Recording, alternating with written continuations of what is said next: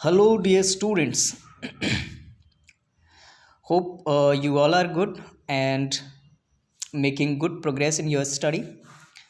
In last class, we were discussing the common disease and finished with the bacterial and the viral disease.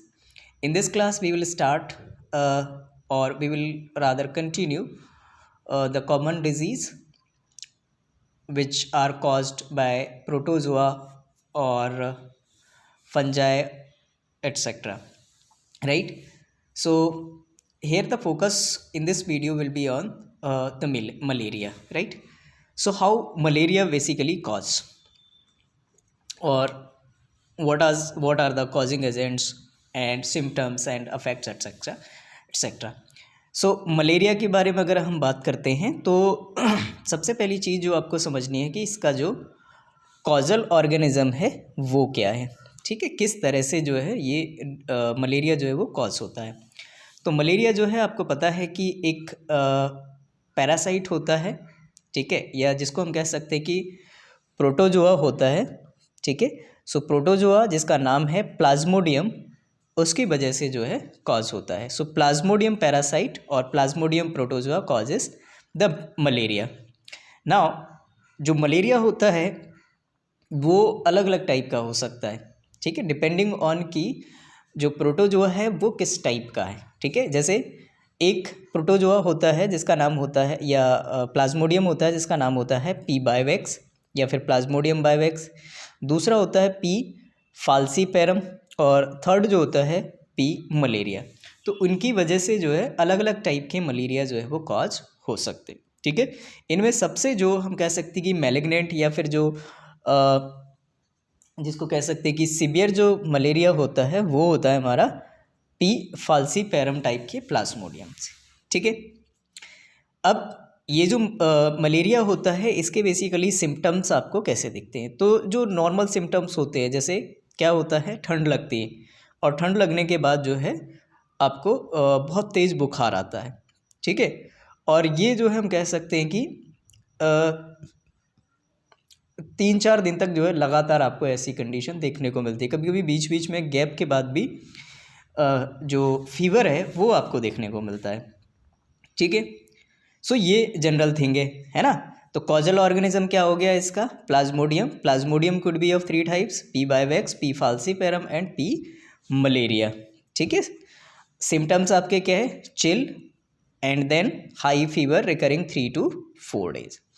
Affects किन किन parts में या कौन से organs जो होंगे वो मलेरिया की वजह से अफेक्ट होंगे।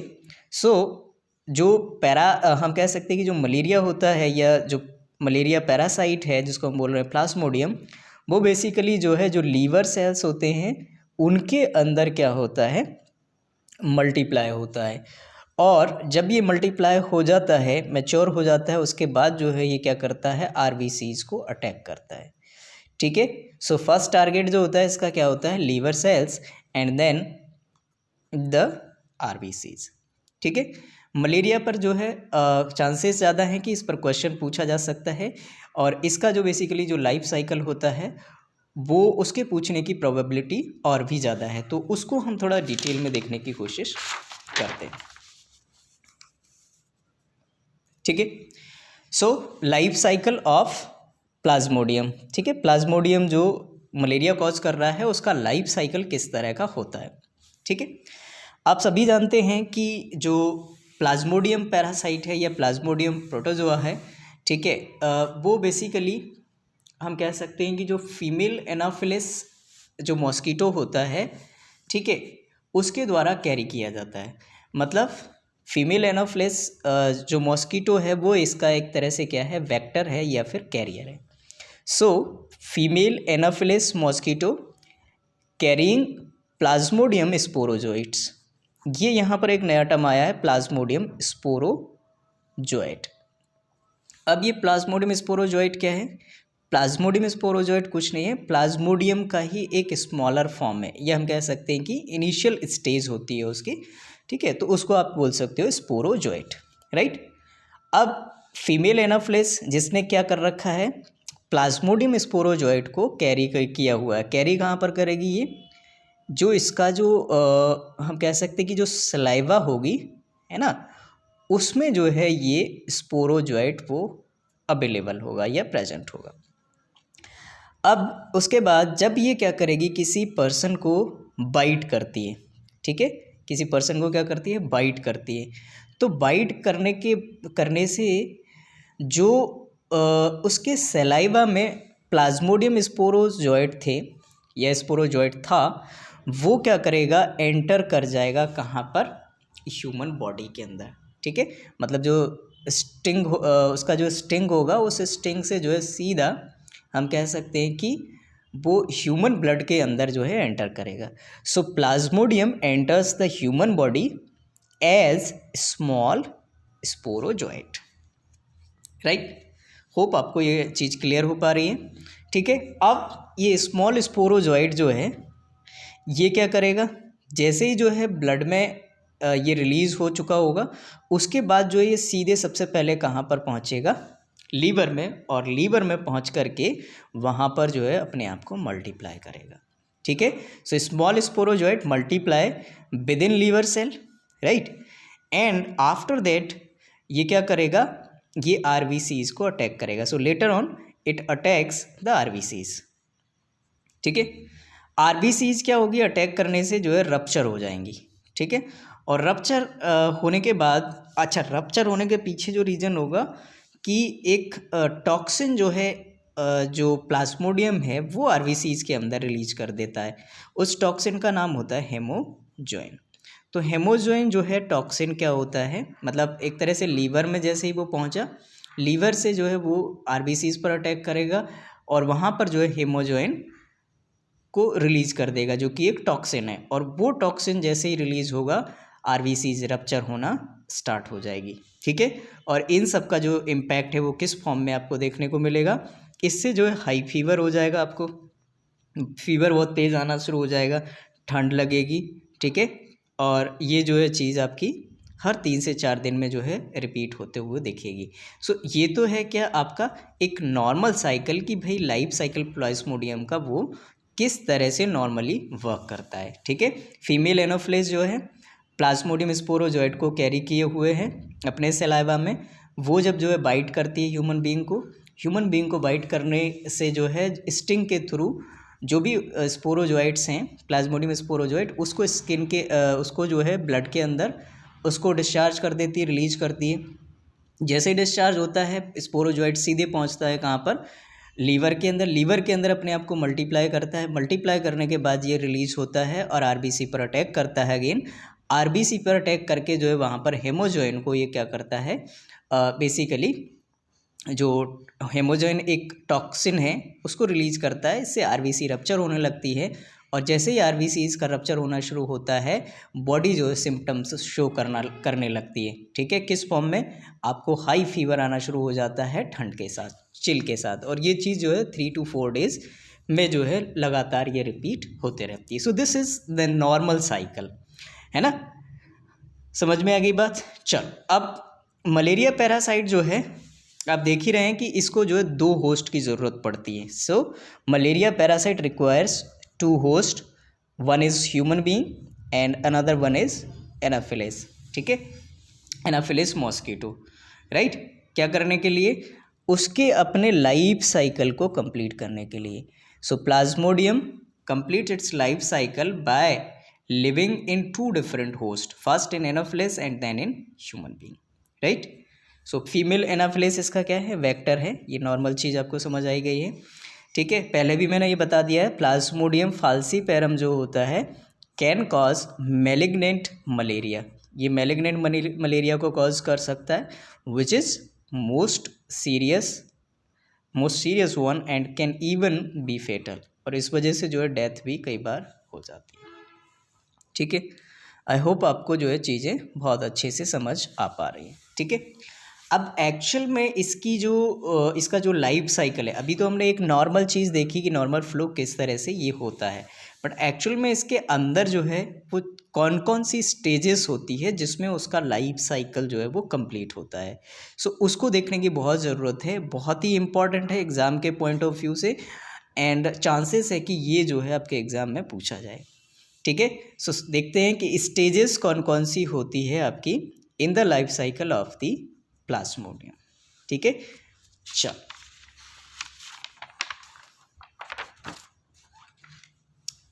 ठीक है, चलिए आ जाते हैं यहाँ पर।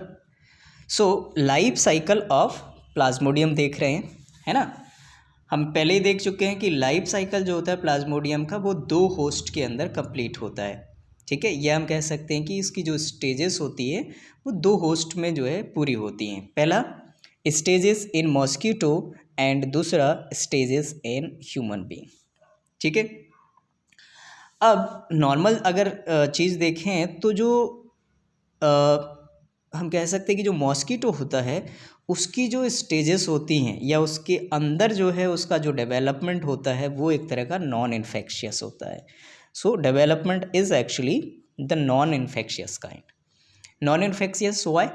बिकॉज ये जो है उस होस्ट को जो है प्रॉब्लम क्रिएट नहीं कर रहा है ना। ऐसा नहीं कि जो है फीमेल एनाफिलिस मॉस्किटो जो है उसको मलेरिया हो गया, उसको ठंड लग रही है, या फिर मान लीजिए कि उसको बुखार आ रहा है, नहीं।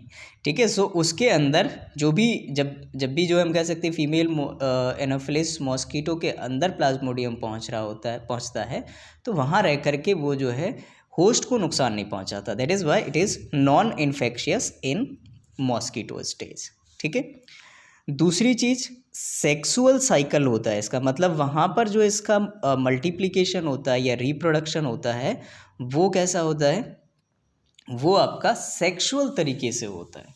ठीक है, दूसरी तरफ अगर यहाँ पर हम देखें ह्यूमन के अंदर जब वो पहुँचता है, मतलब वही मॉस्किटो जो जिसने जो है एक तरह से प्लाज्मोडियम को अपने अंदर कैरी किया हुआ है, अपनी सलाइवा में कैरी किया हुआ है, वही जब जो ह्यूमन को बाइट करती है तो उसके अंदर भी जो है आगे कुछ डेवलपमेंट होता है, और वो डेवलपमेंट कैसा होता है, इन्फेक्शियस होता है। मतलब होस्ट को क्या करता है, नुकसान पहुंचाता है, उसको इन्फेक्शंस जो है उसके अंदर क्रिएट करता है। ठीक है, चल अच्छा, दूसरी चीज़ इसका जो जब ह्यूमन के अंदर जो है वो मल्टीप्लाई हो रहा होता है या उसका रिप्रोडक्शन हो रहा होता है तो वो रिप्रोडक्शन का तरीका जो होता है या मोड ऑफ रिप्रोडक्शन होता है वो कैसा होता है, एसेक्सुअल टाइप का। So asexual kind of reproduction is there, है ना। एंड वेक्टर आपको पता ही चल गया है कि वेक्टर किस तरह से फीमेल एनाफिलिस जो है बाइट करता है एंड रिलीज करता है स्पोरोजॉइट वगैरह ह्यूमन ब्लड के अंदर। ठीक है, अब क्योंकि जो है जो लाइफ साइकिल है प्लाज्मोडियम का वो हमें मॉस्किटो के अंदर आपके सिलेबस में जो है वो नहीं है, उसको नहीं पढ़ना है, तो हमें जो है हमारा जो पूरा फोकस होगा वो किस पर होगा, life cycle in human. So Plasmodium का लाइफ साइकिल जो है ह्यूमन में किस तरह से आगे बढ़ता है, किस तरह से वो अपने आप को रिप्रोड्यूस करता है, डेवलप करता है, डेवलप करने के बाद जो है वो किस तरह से इन्फेक्शंस फैलाता है, और आगे चल के जो है किस तरह से होस्ट को प्रॉब्लम क्रिएट करता है, खासतौर से ह्यूमन बीइंग। ठीक है, सो ह्यूमन के अंदर जो प्लाज्मोडियम का लाइफ साइकिल है ना, वो उसकी जो है हम कह सकते हैं कि 2 स्टेप्स होती हैं। फर्स्ट स्टेप होती है exo erythrocytic, first one is exo erythrocytic and second one is erythrocytic. ठीक है, एक्सो एरिथ्रोसाइटिक वाई, एरिथ्रोसाइट आपको पता ही है क्या होती है, आरबीसी। सो दिस वन है आरबीसी। सो इसको आप कह सकते हो एक्सो आरबीसी, है ना, मतलब आरबीसी से बाहर। ठीक है, आरबीसी के बाहर, मतलब जब वो आरबीसी में नहीं पहुंचा है, मतलब ह्यूमन के अंदर पहुंच गया है बट अभी आरबीसी में जो है या आरबीसी पर अटैक नहीं किया है, तब उसका डेवलपमेंट, तब उसकी ग्रोथ, है ना, तब उसकी मैच्योरिटी या किस तरह से जो है वो आगे उसकी लाइफ साइकिल बढ़ रही है, तो वो वाला जो फेज़ है या वो वाली जो स्टेप है उसको हम बोलते हैं एक्सो एरिथ्रोसाइटिक। और जब जो है वो आरबीसी के अंदर पहुंच गया है तब उसमें जो है तब वो उसका लाइफ साइकिल कैसे आगे बढ़ रहा है, तो उस फेज़ को या उस स्टेप को हम क्या बोलते हैं, एरिथ्रोसाइटिक। ठीक है, चल तो आ जाते हैं सबसे पहले अगर हम बात करें किसकी, एक्सो एरिथ्रोसाइटिक स्टेप की। ठीक है, एक्सो एरिथ्रोसाइटिक स्टेप। अभी ये एक चीज़ का आपको ध्यान रखना है कि भले ही अब ये जो है स्पोरोजोइट, मतलब इस फीमेल एनाफिलिस मॉस्किटो ने काट लिया, काटने के बाद जो है वो एंटर भी कर गया, तो एकदम से ऐसा नहीं कि सिम्टम्स शो करने लग जाएगा, है ना, कि एकदम से आपको बुखार आना शुरू हो जाएगा तुरंत, नहीं। पहले जो है वो एक्सो एरिथ्रोसाइटिक स्टेज में होगा या स्टेप में जब होगा, तो उस वक्त जो है वो क्या होगा, नॉन पैथोजेनिक होगा। मतलब ये स्टेज कैसी होगी, नॉन पैथोजेनिक, बीमारी को जो है ये एक्सप्रेस नहीं होने देगी, ठीक है। यहाँ पर जो मलेरिया है वो एक्सप्रेस नहीं होगा, ठीक है, और डू नॉट शो सिम्टम्स, ठीक। फिर क्या होगा, तो भाई इसमें इस स्टेप में जैसे ही फीमेल एनाफिलिस मॉस्किटो जो है बाइट करता है, ठीक है, बाइट करती है किसी इंसान को, ह्यूमन बीइंग को, ठीक है, तो ख़ासतौर से जिसने जो है प्लाज्मोडियम को कैरी किया हुआ है, तो काटने के आधे घंटे से लेकर के 1 घंटे के अंदर, ठीक है, within 30 to 60 minutes, within 30 to 60 minutes what happens, sporozoites और small plasmodium reaches to liver, ठीक है। जैसे ही मॉस्किटो ने काटा उसके आधे घंटे से लेकर के 1 घंटे के अंदर जो भी स्पोरोजोइट्स जो है फीमेल मॉस्किटो ने क्या किए, रिलीज किए, ठीक है, ब्लड स्ट्रीम के अंदर। वो स्पोरोजोइट्स जो है अब ब्लड के थ्रू जो है कहाँ पर पहुँच गए हैं, लीवर में। लेकिन याद रखना, ब्लड में जो अभी आरबीसीज है उनको उसने इन्फेक्ट नहीं किया, मतलब उसका फर्स्ट टारगेट ऑर्गन जो है वो क्या था, so the first target organ was liver. सो सबसे पहले वो ट्रेवल करके कहाँ पर पहुँचेगा, लीवर के अंदर, ठीक, ठीक है। कैसे, बाया ब्लड के थ्रू, ठीक। मतलब लीवर में अब क्या पहुँच गया है, फीमेल मॉस्किटो ने काटा, काटने के बाद जो है ब्लड स्ट्रीम में स्पोरोजोइट छोड़ दिए, स्पोरोजोइट्स ट्रेवल करके कहाँ पहुँच गए, लीवर के अंदर, ठीक। अब स्पोरोजोइट्स जो है लीवर के अंदर क्या करेंगे, सो स्पोरोजोइट्स जो है वहाँ पर डिवाइड होंगे, ठीक है। डिवाइड होने के बाद जो है वो डेवलप भी होंगे वहाँ। कैसे डेवलप होंगे, डेवलप होने के बाद जो है जिस नाम से उनको हम जानेंगे या बोलेंगे उसको, तो उसको हम बोलते हैं सीजोन्स। सो लीवर के अंदर जो है वो डिवाइड होकर के, डेवलप होकर के किस में कन्वर्ट कर लेंगे अपने आप को, सीजोन्स के अंदर, ठीक है। कितने दिन में, विदिन 6 to 7 डेज, ठीक है। काटने के 30 से 60 मिनट के अंदर जो है स्पोरोजोइट्स लीवर में पहुंच गए। लीवर के अंदर जो है 6 से 7 दिन तक जो है वो डिवाइड हो रहे हैं, डेवलप हो रहे हैं। किस में डेवलप हो गए, वो सीजोन्स के अंदर, ठीक है। अब ये सीजोन्स क्या है, सीजोन्स जो है एक तरह की लार्वल स्टेज होती है, this is the larval stage, right, of Plasmodium.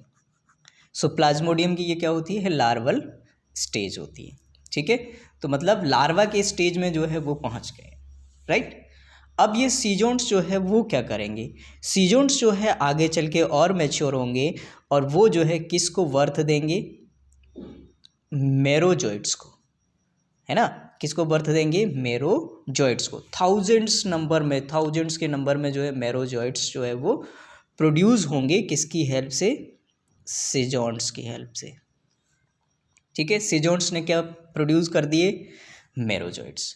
और ये मेरोजोइट्स जैसे ही थाउजेंड्स के नंबर में प्रोड्यूस हो जाते हैं, उसके बाद ये जो लीवर है वहाँ से जो है ये कहाँ पर पहुँचने लगते हैं, वापस जो है ब्लड के अंदर रिलीज होते हैं, वापस से ब्लड के अंदर रिलीज होते हैं। So get released into blood stream again to attack RBCs, ठीक है। क्या करने के लिए, आरबीसीज को अटैक करने के लिए, मतलब एरिथ्रोसाइट्स को अटैक करने के लिए। तो इस तरह से जैसे ही जो है हम कह सकते हैं कि जो मेरोजोइट्स हैं वो लीवर से ब्लड स्ट्रीम के अंदर जो है रिलीज हुए, वैसे ही जो है हम कह सकते हैं कि जो एक्सो एरिथ्रोसाइटिक जो प्रोसेस है या जो स्टेप है वो आपकी क्या हो गई, कंप्लीट हो गई, मतलब एंड हो गई, ठीक है। अब जो स्टेप जो सेकंड आएगी वो क्या होगी, एरिथ्रोसाइटिक। क्यों, क्योंकि वो अब जो है मेरोजोइट्स के फॉर्म में कहाँ पर पहुँच गया है, प्लाज्मोडियम एरिथ्रोसाइट के अंदर, मतलब आरबीसी के अंदर, ठीक है। सो द नेक्स्ट स्टेप और the step number second would be what, So step second would be erythrocytic phase और द एरिथ्रोसाइटिक स्टेप। इस एरिथ्रोसाइटिक स्टेप में क्या होगा, मेरोजोइट्स जो है वो क्या होगा, एंटर्स इनटू आरबीसी। मेरोजोइट्स जो है जो रिलीज हो गए थे आरबीसी ब्लड में, वो एंटर करेंगे कहाँ पर, आरबीसी के अंदर। ठीक है, जो कि आपका क्या है इसके लिए, सेकेंड टारगेट ऑर्गन। किसके लिए, प्लाज्मोडियम के लिए। फर्स्ट टारगेट ऑर्गन कौन सा था, लीवर। ठीक है, सो मेरोजोइट्स एंटर्स इनटू आरबीसी, है ना। अब आरबीसी में वहाँ पर जो है मेरोजोइट्स क्या करेंगे, हेमोजोइन नाम का जो टॉक्सिन है वो रिलीज करेंगे। ठीक, हेमोजोइन टॉक्सिन रिलीज होने की वजह से आरबीसीज क्या होने लग जाएगी भाई, डिस्ट्रॉय होने लग जाएगी। ठीक है, आरबीसीज स्टार्टेड डिस्ट्रॉइंग, एंड ये जो आरबीसीज है उनका डिस्ट्रॉय होने का रेट जो है बहुत तेज़ होगा। कितना, जितने ब्लड के अंदर, जितने हमारे ब्लड के अंदर, बॉडी के अंदर जो है आरबीसीज है, उसका 5% पर डे जो है वो डिस्ट्रॉय होने चालू हो जाएगा। ठीक है, हर दिन जो है 5% आरबीसीज आपकी ख़त्म हो जाएगी, और ख़त्म होकर के कहाँ पर पहुँचेंगी, वो पहुँचेंगी आपके स्प्लीन के अंदर, है ना। कहाँ पर पहुँचेंगी, स्प्लीन के अंदर। ठीक है, ग्रेवयार्ड, स्प्लीन को हम क्या बोलते हैं, ग्रेवयार्ड ऑफ आरबीसीज। तो आरबीसीज के अंदर आरबीसी जो है जैसे डाई हो रही हैं, उनकी डेथ हो रही है, और डाइड आरबीसी जो है पहुंच रही हैं स्प्लीन के अंदर, और वहाँ पर जो है स्प्लीन के अंदर फ्लडिंग हो रही है, और वो फ्लडिंग जो है आरबीसीज की वजह से अपने आप में एक और डिजीज़ जो है वो हो रही है, उसको हम बोल रहे हैं स्प्लीनोमेगैली। स्प्लीनोमेगैली, ठीक है, आरबीसीज की डेथ हो रही है बहुत तेज़ी से, वो कहाँ पहुँच रही है, स्प्लीन में, और उस वजह से एक नई डिजीज़ जो है हो रही है, उसको हम बोल रहे हैं स्प्लीनोमेगैली। ठीक है बच्चों, सो स्प्लीनोमेगैली जो है ये किस वजह से हुई, आरबीसीज की डेथ की वजह से, और वो डायड आरबीसीज जो है कहाँ पहुँच रही है, स्प्लीन के अंदर, जहाँ पर वो जो है एक बीमारी कॉज कर रही है, स्प्लीनोमेगैली, राइट। और साथ ही साथ जो है एक और डिजीज़ जो है इस वजह से हो रही है, जिसको हम बोलते हैं जॉन्डिस। सो जॉन्डिस एंड स्प्लीनोमेगैली जो है वो मलेरिया की वजह से आगे हो सकते हैं। ठीक है, चलो फिर क्या होगा भाई, आगे चल के हम कह सकते हैं कि जो मेरोजोइट्स हैं, ठीक है, वो किसको प्रोड्यूस करेंगे, तो अगली स्टेज जो होगी मेरोजोइट्स की, वो होगी आपकी ट्रोफोजोइट्स। किसके फॉर्म में, ट्रोफोजोइट्स के फॉर्म में। मतलब ये अपने आप को और मैच्योर करेंगे, and they will convert themselves into trophozoites, and further trophozoites will mature to form erythrocytic schizonts. ठीक है, क्या बनाएंगे, एरिथ्रोसाइटिक सीजोन्स। ठीक है, और एरिथ्रोसाइटिक सीजोन्स अपने आप को रिफॉर्म करेंगे। ठीक है, अपने आप को जो हम कह सकते हैं कि ये रीशेप देंगे, या हम कह सकते हैं कि अपने आप का जो है सेपरेशन करेंगे। ठीक है, आगे चल के मेल प्लाज्मोडियम और फीमेल प्लाज्मोडियम में। ठीक है, ये यही चीज़ है, आगे चल के डेवलप हो रहे हैं, किसमें, ये डेवलप होकर के सेपरेट हो रहे हैं, मेल प्लाज्मोडियम और फीमेल प्लाज्मोडियम में सेपरेटली आपको दिखना चालू हो जाएंगे। ठीक है, और अगर इस वक्त जो है किसी female mosquito female Anopheles mosquito ने फिर से वाइट किया, तो फिर से ये जो मेल प्लाज्मोडियम है और फीमेल प्लाज्मोडियम है, वो कहाँ पर पहुँच जाएंगे, अगेन जो है उसके सलाइवा में पहुँच जाएंगे, किसके, फीमेल एनाफिलिस मॉस्किटो के। ठीक, अब क्या होगा फिर आप देखेंगे, सो टेकन अप बाय एनाफिलिस, है ना, मतलब मेल और फीमेल प्लाज्मोडियम को ले लिया गया है एनाफिलिस मॉस्किटो ने। ठीक है, एनाफिलिस मॉस्किटो का जो स्टमक होता है, स्टमक के अंदर क्या होगा, फर्टिलाइजेशन होगा। मतलब किसका, यही मेल और फीमेल प्लाज्मोडियम का, वो जो है एनाफिलिस के अंदर अगेन पहुंच गए हैं। वहाँ पहुंच करके जो है ये जो है इनका आपस में, या हम कह सकते हैं कि जो भी जो प्रोसेस है, उसके बाद इनका जो है फर्टिलाइजेशन की प्रोसेस होगी, एंड उसके बाद जो है, और वो कहाँ पर होगी, फीमेल एनाफिलिस के मॉस्किटो में, स्टमक में। ठीक है, फर्टिलाइजेशन के बाद क्या बनेगा, जायगोट। और ये जायगोट जो बनेगा उसका नाम होगा ऊकाइनेट। क्या बनेगा? ऊकाइनेट। क्लियर? ऊकाइनेट जो है ये आगे चल के और डेवलप होगा किसमें? ऊसिस्ट में। एंड ऊसिस्ट अगेन जो है मेच्योरिटी, फुल मेच्योरिटी के बाद फिर से क्या बन जाएगा? स्पोरोजोइट, है ना। और यही स्पोरोजोइट अगेन जो है फिर हम कह सकते हैं कि जब किसी और दूसरे पर्सन को, जो फीमेल मॉस्किटो है वो बाइट करेगी, फीमेल एनाफिलिस मॉस्किटो, तो ये स्पोरोजोइट फिर किसी दूसरे पर्सन में भी पहुंच जाएंगे। ठीक है, this is how the life cycle of the Plasmodium parasite goes on. ठीक है, मतलब दो होस्ट को यूज़ करके ये क्या करता है? अपने आप को ग्रो करवाता है, डेवलप करवाता है, मैच्योर करता है, और होस्ट खासतौर से ह्यूमन बीइंग उसको जो है नुकसान या हार्म पहुंचाता है। ठीक है, तो इस तरह से मलेरिया का लाइफ साइकिल जो है वो हमारा कंप्लीट होता है। ठीक, नाउ अब क्वेश्चन आता है कि मलेरिया अगर हो जाता है तो मलेरिया को जो है हम कैसे प्रिवेंट कर सकते हैं या फिर कैसे उसको कंट्रोल कर सकते हैं, है ना। सो prevention and control of malaria, सबसे पहली कोशिश हमारी ये होनी चाहिए कि जो वेक्टर है, मतलब फीमेल एनाफिलिस मॉस्किटो जो है उसको हम पूरी तरह से डिस्ट्रॉय कर दें। हमारे पास जो है वो होना ही नहीं चाहिए। सो डिस्ट्रॉय करेंगे या डिस्ट्रक्ट करेंगे। सो डिस्ट्रक्शन ऑफ वेक्टर कैसे कर सकते हैं? डीडीटी का छिड़काव करेंगे, स्प्रेइंग ऑफ डीडीटी। फ्यूमिगेशन करेंगे, धुआं जो आता है कई बार देखा होगा आपने, ठीक है, जो म्युनिसिपल कॉरपोरेशंस होते हैं वो पूरा फ्यूमिगेट करके जाते हैं, है ना, धुआं करके जाते हैं। ठीक है, या फिर हम क्या कर सकते हैं? इंसेक्टिसाइड्स को हम क्या कर सकते हैं? स्प्रे कर सकते हैं। ठीक है, सो इस तरह से हम क्या कर सकते हैं? जो उसका वेक्टर है प्लाज्मोडियम का, that is female Anopheles mosquito, उसको डिस्ट्रॉय या डिस्ट्रक्ट कर सकते हैं, पहली चीज़। दूसरा, जहाँ पर जो है जो ये वेक्टर जो है क्या हो सकता है? ब्रीड कर सकता है, जिन साइट्स पर, जिन प्लेसेस पर, उसको हम एलिमिनेट करेंगे। So elimination of breeding places, right. कहाँ कौन कौन सी हो सकती है? स्वैम्प हो सकते हैं, मार्शी एरियाज हो सकते हैं, पिट्स हो सकते हैं। इन सबको फिल करेंगे, इनको क्लीन करेंगे। ठीक, क्लियर इतनी बात। फिर थर्ड स्टेप में हम क्या करेंगे? इन्फेक्शन को प्रिवेंट करने की कोशिश करेंगे। अगर मान लो इतना करने के बाद भी इन्फेक्शन हो जाता है, so next step would be prevention of infection. How, कैसे प्रिवेंट करेंगे? एंटी मलेरियल जो है ड्रग्स लेंगे हम। ठीक है, एंटी मलेरियल ड्रग्स को हम लेंगे। जैसे कौन कौन से हैं एंटी मलेरियल ड्रग्स?